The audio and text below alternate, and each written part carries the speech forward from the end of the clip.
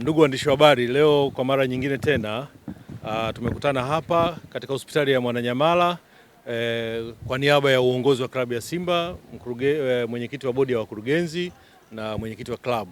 Mimi ni mjumbe wa bodi ya wakurugenzi ambaye nawakilisha klabu ya Simba. Tupo hapa katika tukio ambalo mara nyingi sisi klabu ya Simba hushirikiana na taasisi ya Mo Dewji Foundation, ambaye mnajua taasisi hii mwanzilishi ni rais wetu wa klabu ya Simba ndugu Mohamed Dewji, kama ilivyo jina la taasisi.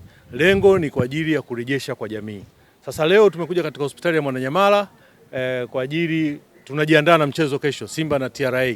Kwa hiyo kabla ya kuelekea mchezo huo kesho, tumeona na ndugu zetu wa Mo Dewji Foundation tuje kuwaona watoto katika hospitali hii ya Mwananyamala ili kuwaona na kuwapa faraja ya hali zao na kuwaombea kwa Mungu kuelekea katika mchezo wetu. Basi Mungu awajalie pia awape nafuu waweze kupona, lakini wakati huo wakiombea dua Simba, kwa sababu pia wapo wana Simba, wapo vijana ambao wana mapenzi ya Simba, na kesho tunatamani waje kuichezea klabu yetu ya Simba, waje kuwa wachezaji, lakini wengine mashabiki. Sasa katika hilo pia tumeleta na zawadi kidogo kwa ajili ya kuwapatia hao vijana wetu. Kwa hiyo nawashukuru sana katika jambo hili, na hii imekuwa ni kawaida yetu wana Simba.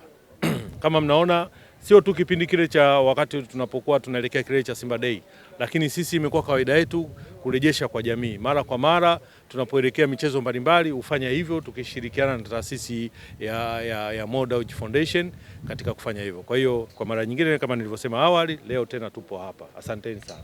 Simba nguvu moja. Simba nguvu moja.